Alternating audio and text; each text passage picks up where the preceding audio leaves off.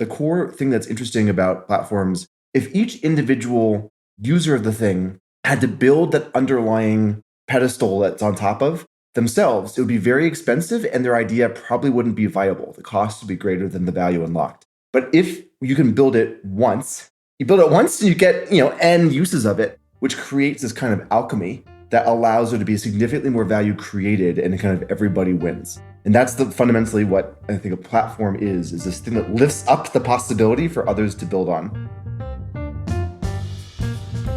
Welcome to the Work for Humans podcast. This is Dart Lindsley.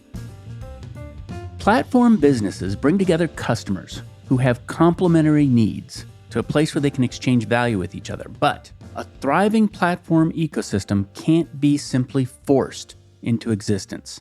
It must be cultivated like a garden, from ensuring fairness and trust, balancing innovation with regulation, curating rights to intellectual property.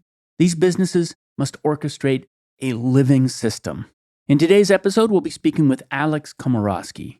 He's an expert in platform businesses with over a decade of hands-on experience as a leader and product manager, designing some of the world's most influential platforms and thinking deeply about the principles underlying their success.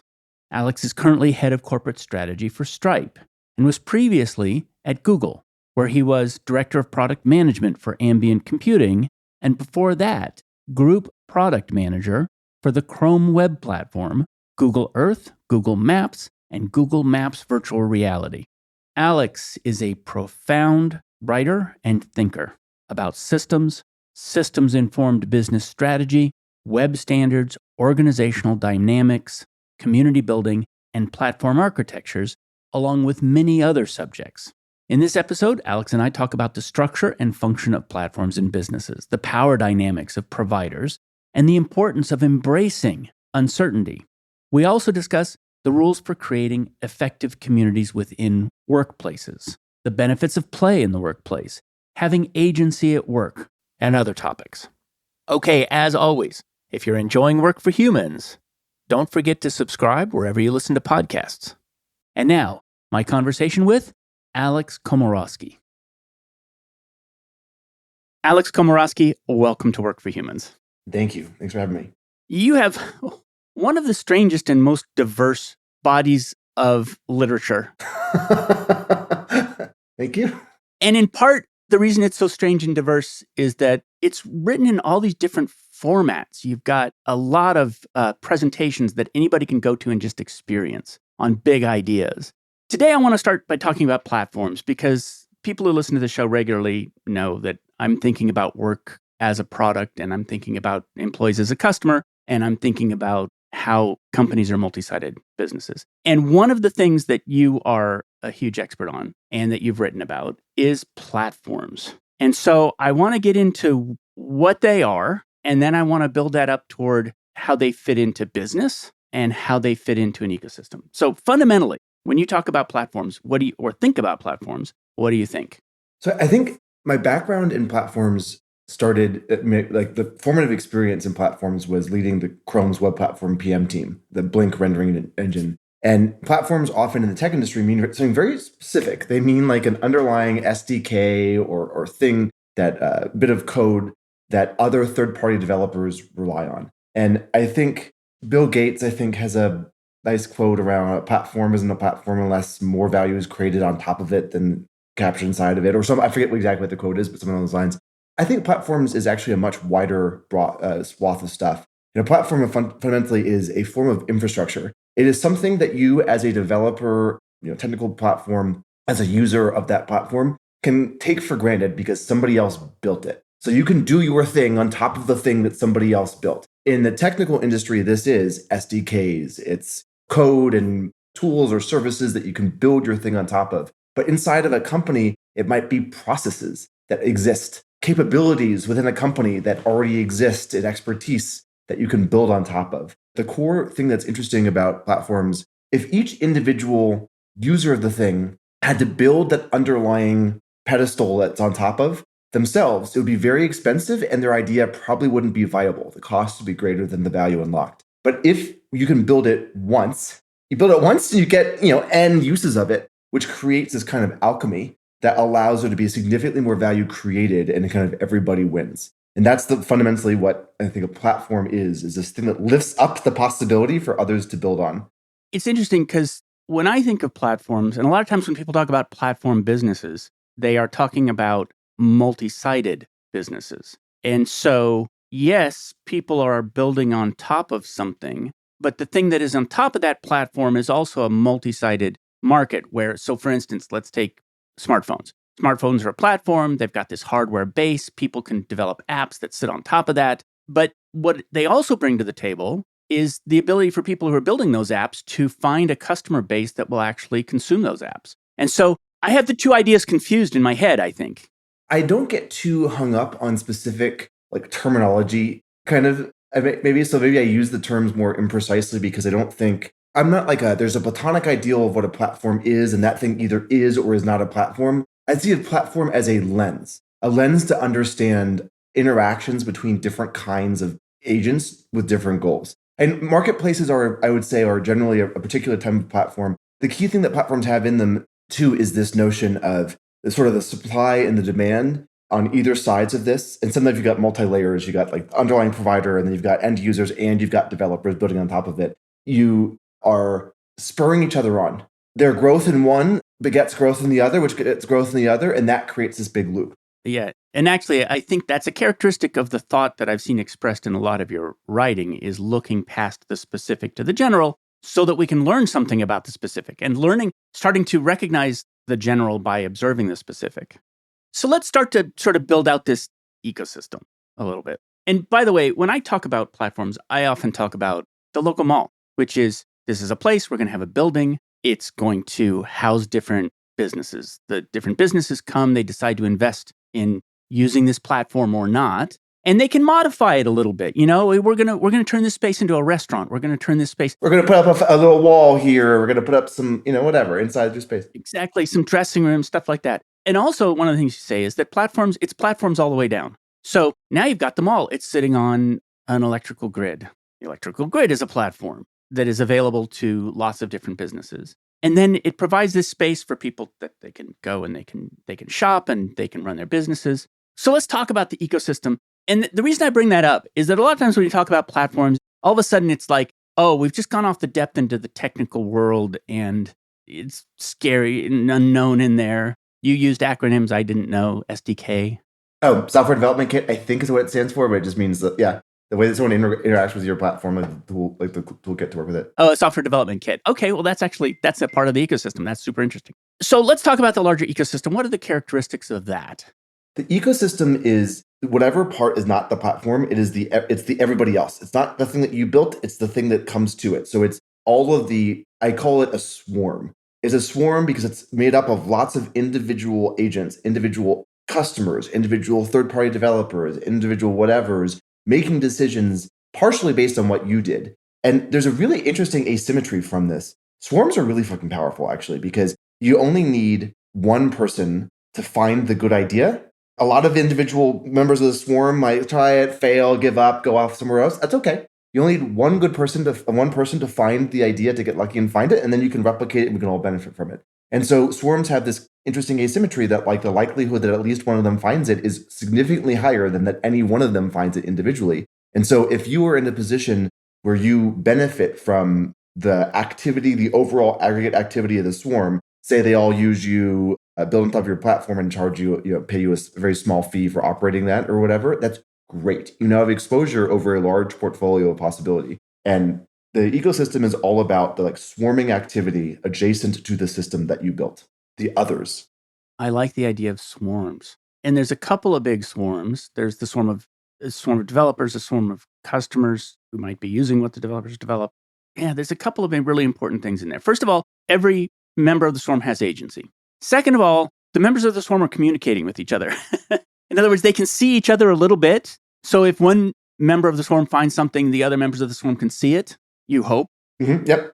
And generally, I mean, that almost must be true. So imagine someone makes an app on your platform. They got to sell it to people. They got to say, hi, I have an app that does this thing to their end users. So everybody else can also watch and go, oh, that's interesting. Wow, they seem to be doing really well. Maybe they're on something. Oh, wait a second. what an interesting idea they came up with.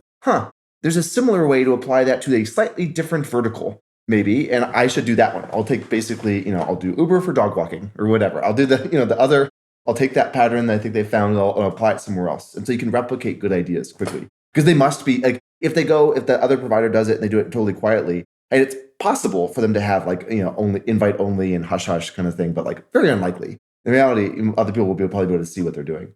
So let's talk about what brings developers. What's the honey that attracts, I guess it's nectar, anyway, that attracts the original bee from the swarm. But what's bringing people over?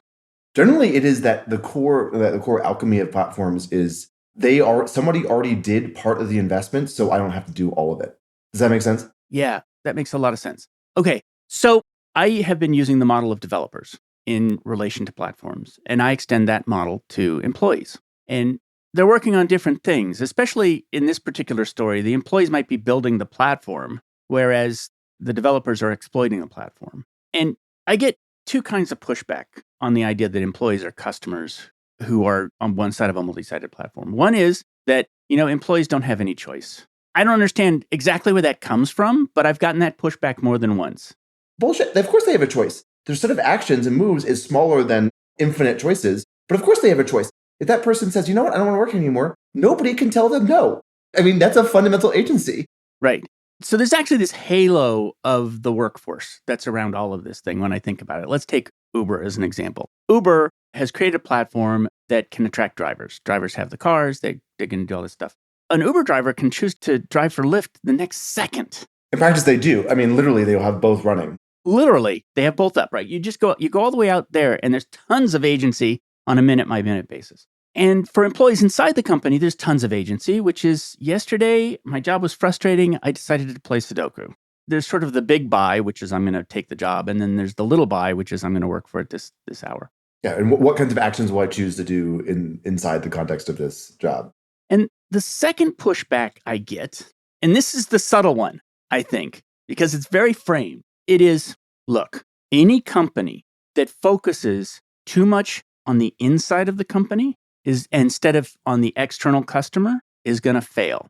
And the idea is that if you look at your navel instead of looking outward toward your market, you're going to fail. And so you can't call employees customers because they don't bring any revenue. In fact, they're customers. And so this is where, okay, here's my take on that. In the same way that I think platforms is a lens, customer is a lens. So like on a certain cases, well, that's not literally true. Okay, fine. In the traditional definition of how it's applied in business school, fine. But in terms of the underlying dynamics of how agency happens, power dynamics, the kinds of coordination challenges or whatever, absolutely it can be a clarifying frame. I think on the inward versus outward point, you can look at companies from outside in. This is how investors and finance people look at businesses of like unit economics and growth rates and CAGRs and whatever. You can look at it from inside out. You can look at the cultural capabilities, how people are thriving or not, if they're doing the best work they can. You can't do any of these with only one lens. You need a multitude of lenses in a different mix. Which ones matter most at any given point might change, the mix might change, but of course all of them matter to some degree. I also find the argument around internal facing, yes, becomes increasingly internal facing by default because the social complexity inside the system rises. The kind of basal metabolic rate of like how much energy has to go into maintaining the social order and structure within the system goes up, and the amount that is left over to thrive or create stuff value out in the market goes down. This is an established thing. Tainter makes the argument for societies. It's a thing. It happens. I would argue you can pick a number of companies, especially large companies, for which this has obviously happened.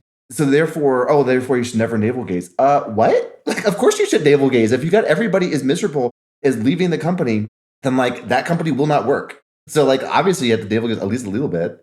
Yeah, well, and there's this funny phrase that's in there, which is inside. And there's a question of whether employees are inside or not. Inside sort of implies a lack of agency. One of your presentations I thought you did really well. Just the one, though. Just the one. In this one, just that one.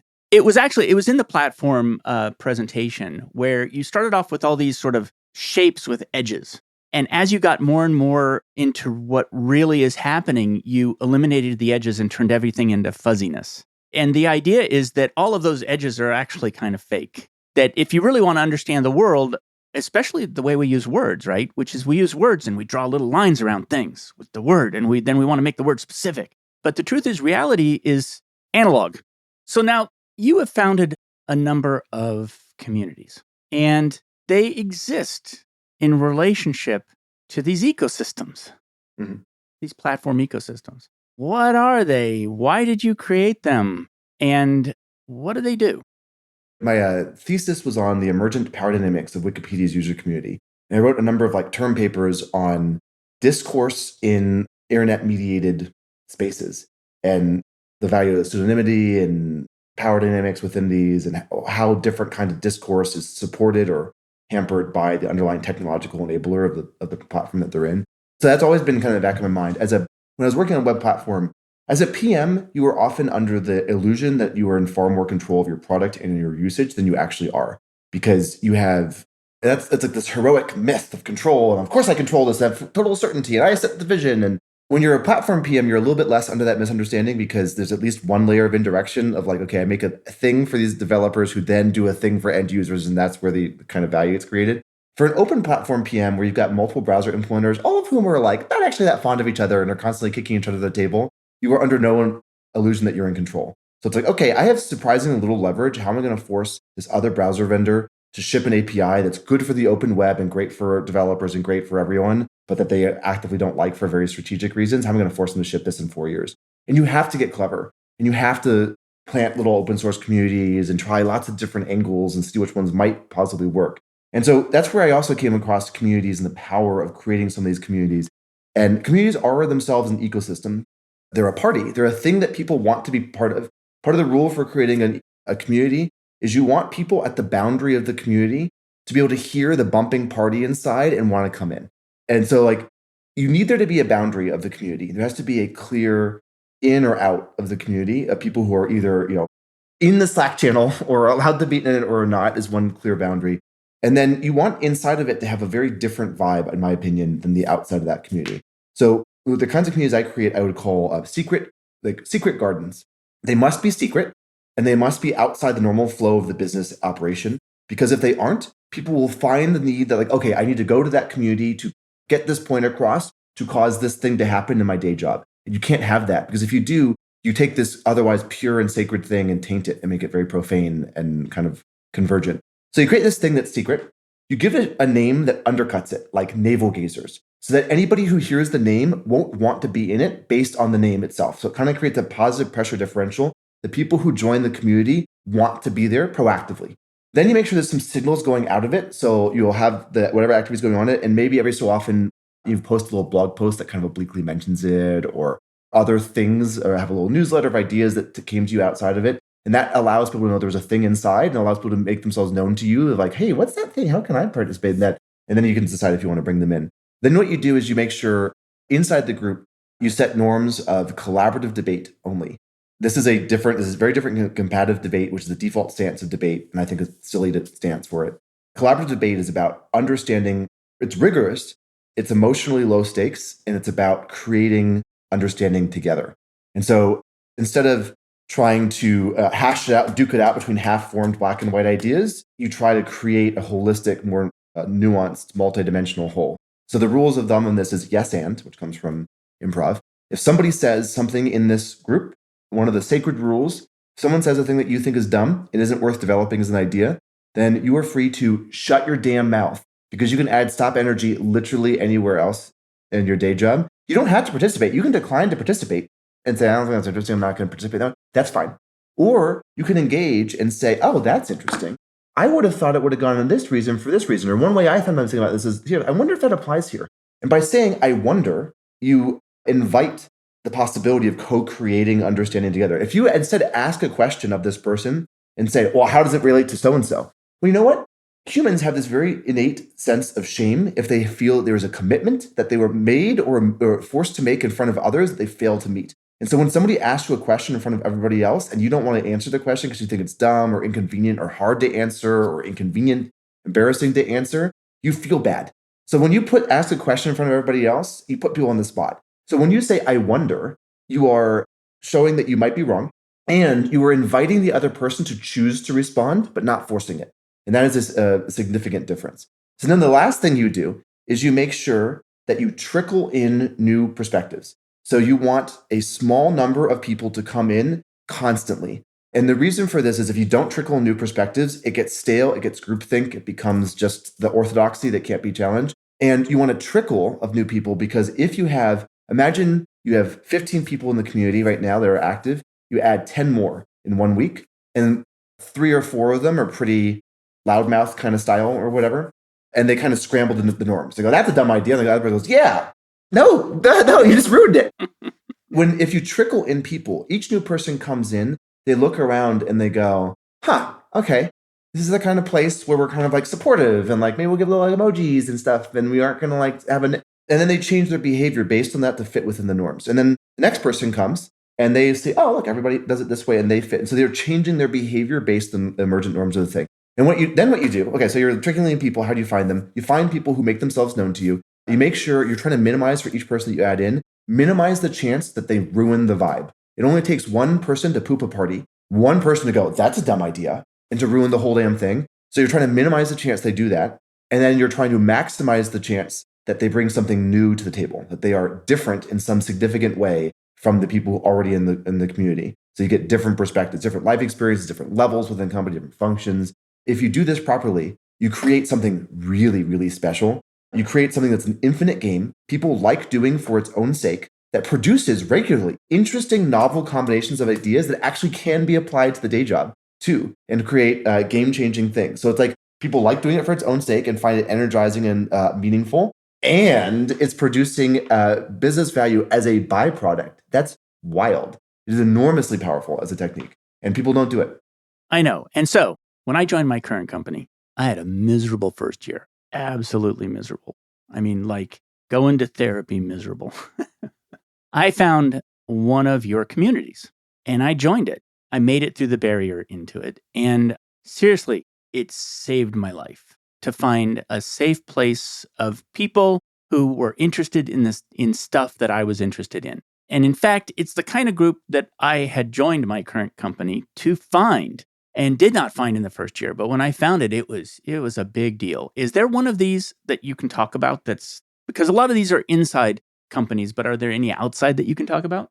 And the one that we can talk about that we're both a member of is the Flux Collective, which is itself an outgrowth. These are all, they kind of chase, I have certain people I use as my sourdough starters who I know are going to set the norms really well. They get it. They're generative and open-minded and interesting perspectives. And so there's probably, I've probably created 10 of these communities, probably 7 of which are still active in some form. And they're all conceptually and thematically related, as in they have certain commonalities and many of them have certain people that are in a number of them.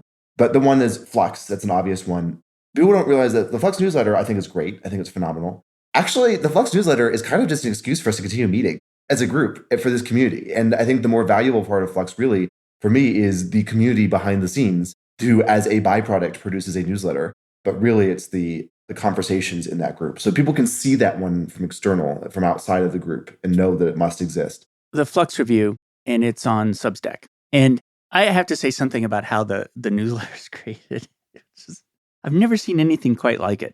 Everybody's typing simultaneously on this newsletter. And anybody can go into any other article, no matter who's started it, and edit it. And then at the last minute, the editing goes crazy. Like everybody's just like, this thing is just like morphing real time, and then bang, publish. And it comes out great. It's wild. And I think one of the things that makes it really work is there isn't a notion, when people first start working on it, when they join the community, and only some people in the community work on the newsletter. And I, for example, since my second kid was born, I've taken a step back on that because I still have the time to like be helping edit it. But they're like, oh, well, can I touch, Erica's piece? And it's like, it's not Erica's piece. Erica, like, as in there isn't, it's our piece as a group. Right. And so, somebody will have a riff in one of the live discussions, and then somebody else will kind of develop it into a few bullet points in one of the, like, what we call the hopper, like the place where we put interesting ideas. Somebody then will later take it and kind of expand it into a bit of prose. Somebody later then will come and put a few examples or cut out examples that are too spicy, and someone will copy edit it. And we have this thing where you don't ask permission to change it. You just change it in the draft because it is a thing that we all create and that we feel co-ownership over. And there's something beautiful about that. And it's very hard to create these outside of very specific pockets. One of the reasons this works is because we have years of trust among this community. And even people who have joined the community more recently can sense that trust and feel a part of the legacy and the precedent of that trust and don't want to break it. It's a very much an infinite game. So now let's talk a little bit about the utility, because one utility is just fun, especially if you like ideas. But there's this other thing that it does, which is it's this gigantic listening device. Yep. Which is everybody in several of these communities that I've been in, that you started, is out there listening for interesting stuff to bring. In fact, some of us read weird shit because we know nobody else is reading it. Like I read the Proceedings of the National Academy of Sciences. Why? Because I'm pretty sure nobody else is reading it, and I might find something in there that's interesting that I can bring into the group. But what's important here is that we were talking about, and I'm going to bring it back to platforms. We were talking about inside and outside of platforms. I'm going to take the ecosystem analogy and I'm going to take it a little farther. Let's think of them as reefs, which is companies are reefs. And then there's the fish, which is the people that move back and forth. And then there's something even faster, which is the ideas. And so how do these communities relate to the overall ecosystem of, let's say, the universe of platforms? This is one of my go-to moves, like strategic moves, is you create a reef. I like that. You could call it a dandelion field. I would say you could create a garden. You create the plot for a garden, kind of, and then just see what grows in it. And they're amazing. They're beautiful. They're valuable on their own, just for their own sake. And then also, you can now be inspired by them and take ideas, or wow, I hadn't heard about that interesting observation in that particular sub-industry that random person in the group found. And so it becomes a very differentiated source of like insights. Actually, it's funny. One of the moves I do for these is in different contexts. I'll write a newsletter. So we have the Flux newsletter, obviously, which is kind of an outgrowth of one of these patterns. In other ones, I have in other contexts, in other jobs, I have them too.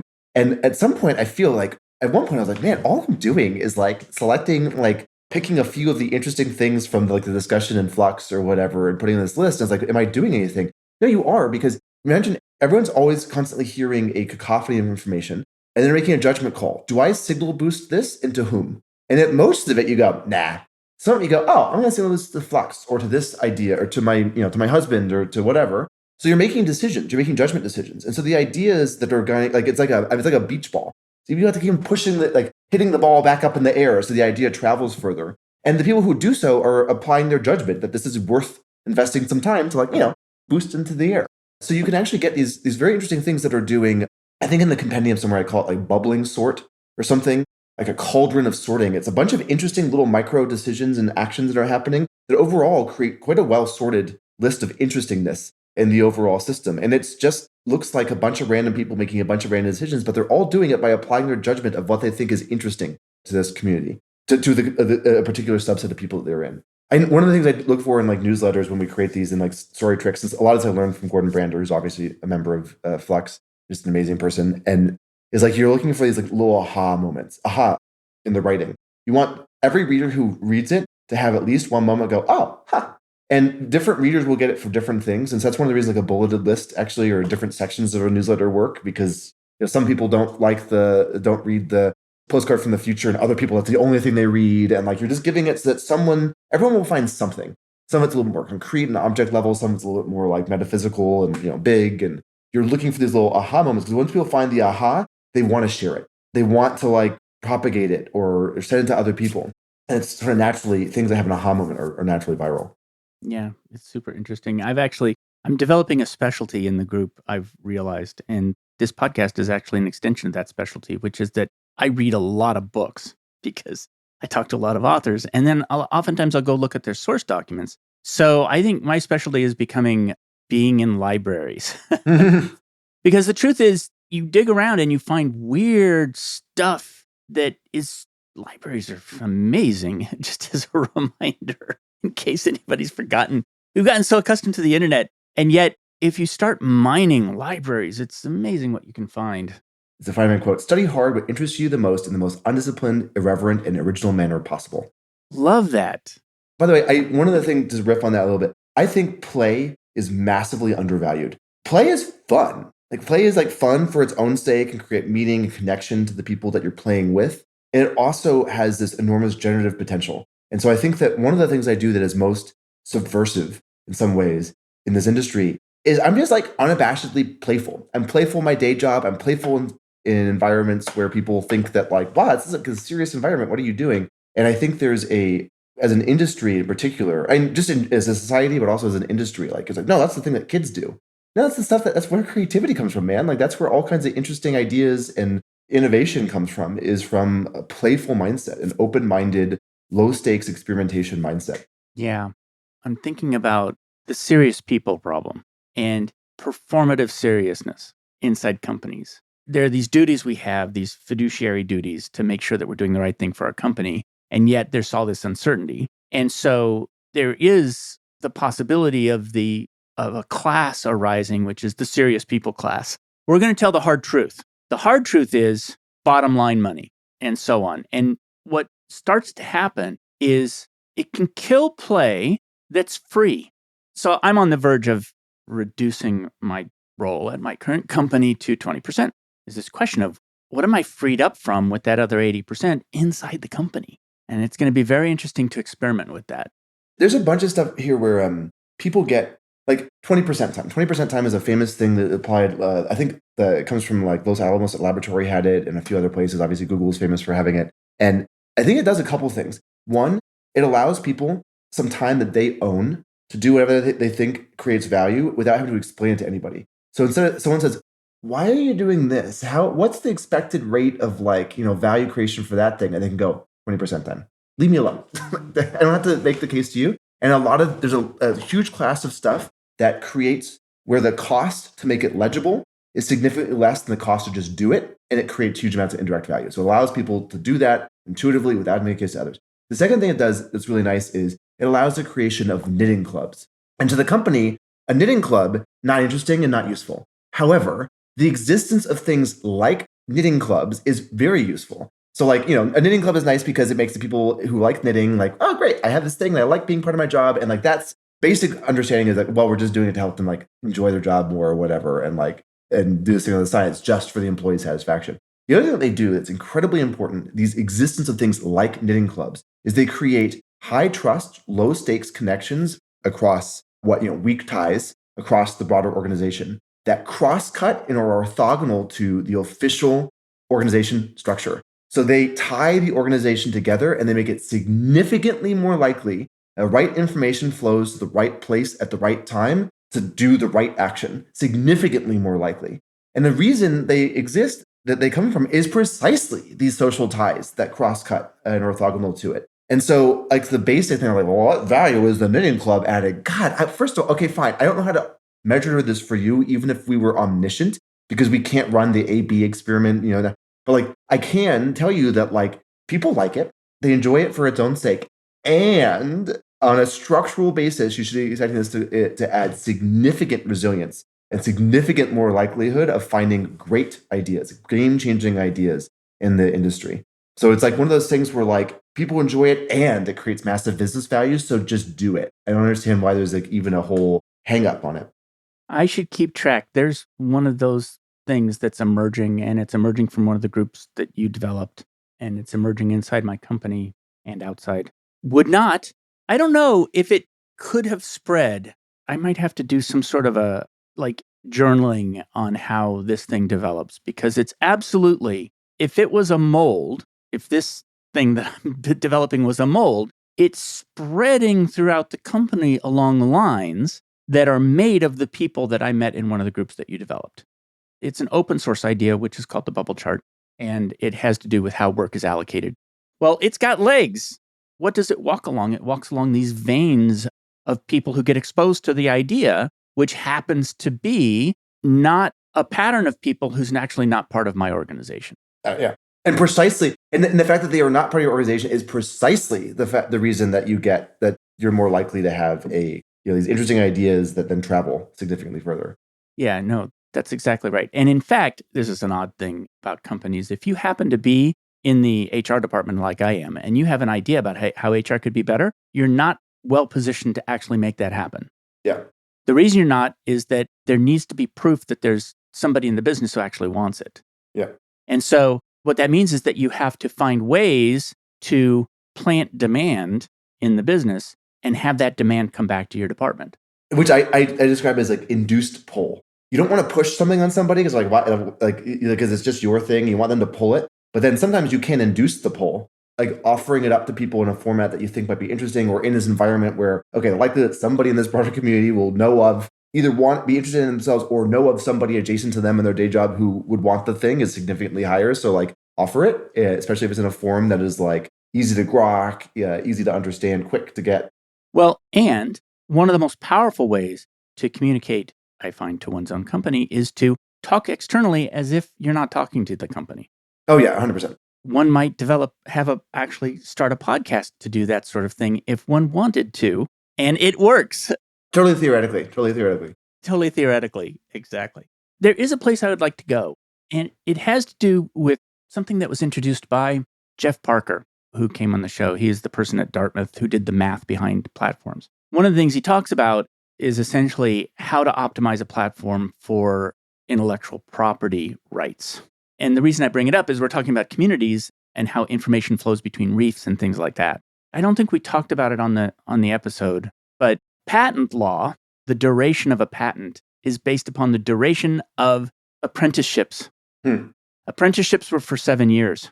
And people didn't want the apprentices to pick up and go and take their intellectual property. And so they decided that it would be 3 apprenticeships long. And so I don't think Orly Lobel did the research, but she wrote about it in her book, Talent Wants to Be Free, which was that California has done better in technology than the East Coast because of non-compete clauses. Yep. And so if you look at the patents in California versus the patents on the East Coast, the likelihood that there's going to be a mixture of patent holders, in other words, that the people on the patents are mixing around, way higher in California than in other parts of the country. Yeah. What Parker talks about is what intellectual property rules should a platform have? Because if I'm a developer and I develop something and it is generally useful to the entire platform, your intellectual property duration should actually be a lot shorter. Essentially, the intellectual property rights are held very briefly because that makes it possible for the platform to have recombinant ideas. I see this trap all the time. There's a fundamental trade-off. Everything is a trade-off. I have a whole blog post about, and that lays out as part of it a number of like 15 or 16 different trade-offs that you see like consistently in like every problem. And one in platforms is ubiquity versus control. Do you want to maximize the amount of activity in the thing, or do you want to control? And control often is correlated with your ability to extract out of it. Not always, but sometimes. And people get stuck. And one of the reasons people don't do platforms as a strategy when they are really powerful is because they say, but how can we control? I want to have a thing that's huge and also I get a shit ton of money out of it.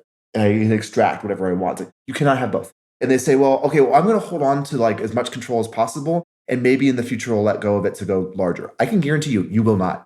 Because at any point, like the concrete cost of letting up the control will be too obvious to you. And the benefit that might happen after you do it will be too abstract. Concrete cost, abstract benefit, concrete cost wins, and you don't do it. So like you will get yourself in a thing with a thing that nobody cares about and doesn't do anything in a tiny fraction of what it could be. And that's why I think ecosystems are way more interesting the larger and more activity they are. And there's lots of ways to have a complement to an ecosystem. So like if it's a big hot mess of all kinds of interesting activity and it's kind of hard to keep track of or whatever, cool. If you have a thing that like helps make sense of that, like, I don't know, the open web and a search engine, great business, phenomenal business. Everybody wins. And there are a lot of those kinds of plays. Or if you take a very small slice of every single bit of activity in the ecosystem, very small, a cost that everybody is happy to pay and nobody thinks it's extractive, but it's a massive thing, then like, yeah, that's also a great business. Like it's not hard. It's basically impossible to do the TAM models for this, by the way. I've seen people try it and they just make these numbers where it's like, you are off by orders of magnitude of what the outcome of this is likely to be because it's so escapes. It's the generative possibility of all these different agents interacting and creating value. It's non-linear. It can't be modeled based on just you can approximate with certain curves, but it's very hard to do. There's someone, I think that was shared in Flux probably, S-curves are really hard to predict. And there's some data scientist, and she just shows as a little animation of like filling in the first little things on an S-curve and the estimates of it, and like with a little bit of variance, and like the S-curve estimation is going all over the place. And like people are often way too focused on the IP and holding control of it. And California, to some degree, is, I think, a great meta observation of listen, people are going to have other jobs. It's fine. If you wanted to make a machine that creates innovation, you want a particle collider of different ideas constantly. Innovation comes from duct taping together two existing ideas that turn into a great game changing idea. The more unlike they are, the more likely there's a game changing idea because if they're closer, it's more likely that other people have already tried the combination, it didn't work, or it's already part of the game. Can't be game changing if it's already established as part of the game. So you want something that's constantly particle colliding lots of different ideas and putting them in juxtaposition, trying them out, and moving on very quickly. And Silicon Valley has that to some degree precisely because the non-compete clause means people are sponges. They absorb the know-how from their direct experience inside of a company to see what works, what cultural aspects work or don't work, or ideas or whatever. And then they go to other companies, and they're now a cross-pollination thing. When a startup fails, the thing dies, but all the people in it don't. They have their little spores of all the know-how they accumulated, and they go and they spread to the rest of the world. And some of the ideas are shit, and they never. But like good ideas, if at each point, each person is, I don't know, 10% more likely to propagate a good idea than a bad idea. And goodness and badness is all contextual, so it's kind of hard to tell exactly which ones might be a great idea in one context, in a game industry, and a terrible idea in the B2B industry, or a great idea for, early stage startup and a terrible idea for it depends. Like ideas aren't just like good or bad, but like the likelihood that somebody propagates a good idea versus a bad idea in a given context, I don't know, like let's give an edge to the good idea because people would like to propagate the good ones. That's all you need. And you can get, I think you could simulate this very straightforwardly and show the kinds of intermixing and kind of innovation you would get out of it. Yeah, we often talk about whale falls and the ecology that grows up around a dead whale at the bottom of the sea. I work in buildings that themselves are the bones of companies that can no longer occupy them. It doesn't mean that they're gone. My building was built by Fairchild, the OG chip manufacturer that made Silicon Valley, but the buildings are now housing another company. And when I walk across the street to the other building, it's HP. And so it happens in all of these different sort of planes of stuff. What Parker calls that is recombinant ideas. You have to have the smashing. If you don't smash them, and if you don't allow composing and remixing of ideas, then like that's where it all comes from. That's where the upside comes from, right? Yeah, and that's actually in biology. That's one of the things people mistake all the time, which is that evolution is mixing of DNA, not just mutation of DNA, which is there's a lot of non-human DNA in the human genome, a lot of viral DNA. There's a lot of other stuff. I have closing questions that I ask everybody. And what's happening over time is that my number of closing questions is getting longer and longer. So the first one is, what job do you hire your job to do for you? I've heard you use this frame before. I think I hire my job, obviously, to some degree. I like the general strategic frame is first, survive, clear the bar of survival, then focus on thriving with all the extra energy. So the thing for me that's survival is I have a family of 2 kids, and I've got a mortgage. I would like to continue paying the mortgage without having to worry about whether like, oh crap, is this going to work? And, and save for retirement kind of thing. So that to me is survival. I want to make sure that I am clearing the bar of being able to provide for my family kind of on stasis on our current kind of like consumption pattern. And then everything on top of that is I want something that inspires me. I want something that gives me the space and autonomy to explore new ideas that have potentially game-changing consequences, to follow it where it might lie, to work with people in ways that kind of help everybody become the best version of themselves.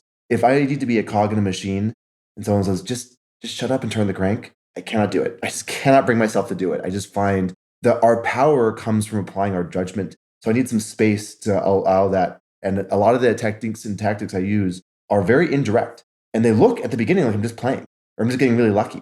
No, I'm creating the luck. There's a structural approach I am taking that maximizes the likelihood that that it's going to be fun, and it's going to make it significantly more likely that I get lucky, or that the teams or project or companies or whatever I'm associated with get lucky. And so I need some space for that.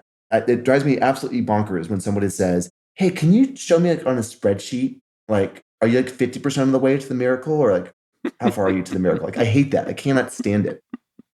It's a little more than autonomy, because sure, you can get it with autonomy, but there's a level of trust to it. Yes, I want to be trusted to get along, to not have to like constantly be like nitpicking, defending every single little tactical decision that I'm making to somebody else and making it legible.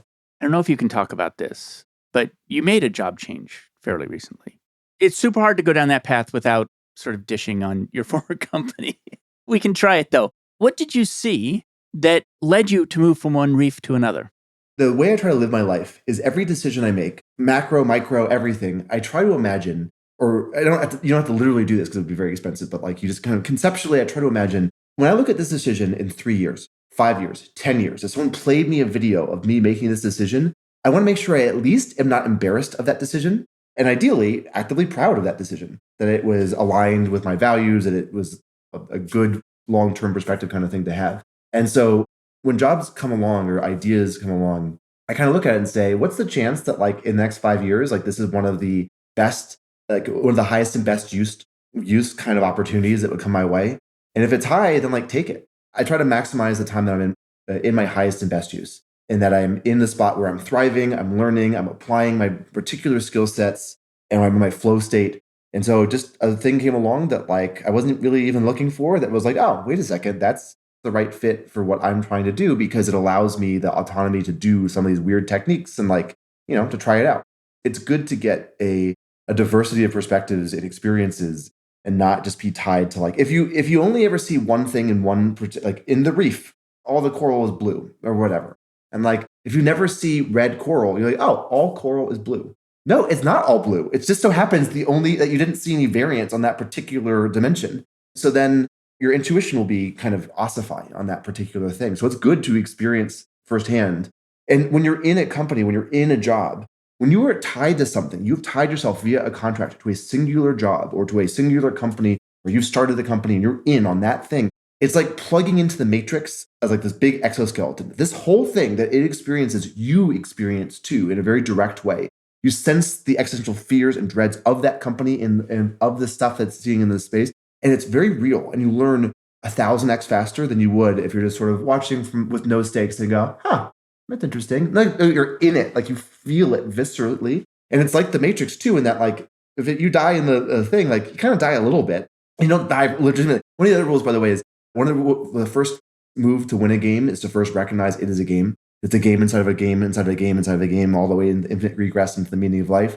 And once you do that, you can start realizing moves that look like or feel like death, if you're only thinking about within the game, actually are not death. And you can allow, that opens up another whole swath of moves, some of which 1 foot inside the system, 1 foot from outside can create enormous leverage. So there's something very powerful about that stance.